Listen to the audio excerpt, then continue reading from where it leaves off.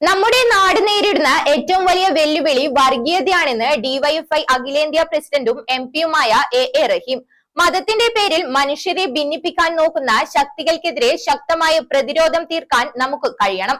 അത് കേവലം ഒരു രാഷ്ട്രീയ പോരാട്ടമല്ല, അതൊരു സാംസ്കാരിക പോരാട്ടം കൂടിയാണെന്നും അദ്ദേഹം പറഞ്ഞു. തലശ്ശേരി റൂറൽ ബാങ്ക് ഓഡിറ്റോറിയത്തിൽ പ്രത്യേകം സജ്ജമാക്കിയ കൂത്തുപറമ്പ് രക്തസാക്ഷി നഗറിൽ ഡിവൈഎഫ്ഐ ജില്ലാ സമ്മേളനം ഉദ്ഘാടനം ചെയ്ത് സംസാരിക്കുകയായിരുന്നു അദ്ദേഹം. ജില്ലാ പ്രസിഡന്റ് മുഹമ്മദ് അഫ്സൽ അധ്യക്ഷനായി.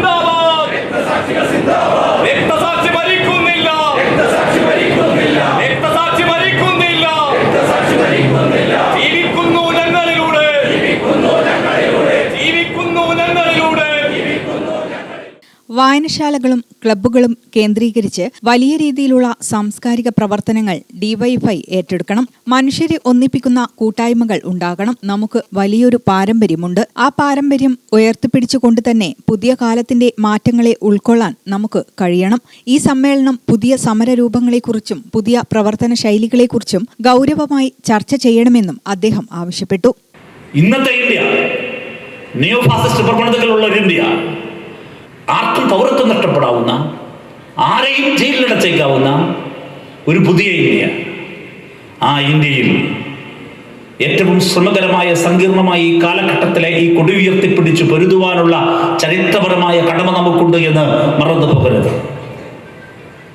ഈ ശതകത്തിന്റെ മുറ്റത്ത് ചിന്തിയ ചോര പുരണ്ട വലിച്ചോറ് കുത്തുവാൻ ചാഞ്ഞും ചെരിഞ്ഞും പറന്നെടുത്തിടുന്ന ചോരക്കണ്ണുള്ളൂരു കാട്ടാളന്മാരെ ഞങ്ങളെ കൊന്നു കുഴിച്ചിട്ടാൽ ആയിരം പിന്നെ മുളച്ചു പൊന്തുമെന്ന് എഴുതിയിട്ടുണ്ട് കവി. അവസാന നിമിഷം വരെയും സഖാവ് പുഷ്പം പ്രകടിപ്പിച്ച അസാധാരണമായ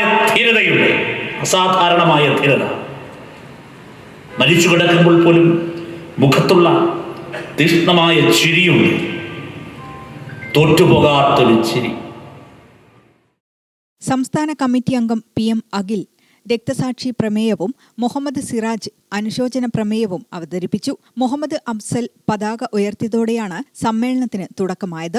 രക്തസാക്ഷി മണ്ഡപത്തിൽ പ്രതിനിധികൾ പുഷ്പാർച്ചന നടത്തി. കേന്ദ്ര സംസ്ഥാന ജില്ലാ നേതാക്കൾ സംബന്ധിച്ചു. ജില്ലയിലെ 18 ബ്ലോക്ക് കമ്മിറ്റികളിൽ നിന്ന് 400 പ്രതിനിധികൾ സമ്മേളനത്തിൽ പങ്കെടുത്തു. സമാപന സമ്മേളനം ബുധനാഴ്ച M സ്വരാജ് ഉദ്ഘാടനം ചെയ്യും. ഗ്രാമിക ന്യൂസ്, തലശ്ശേരി.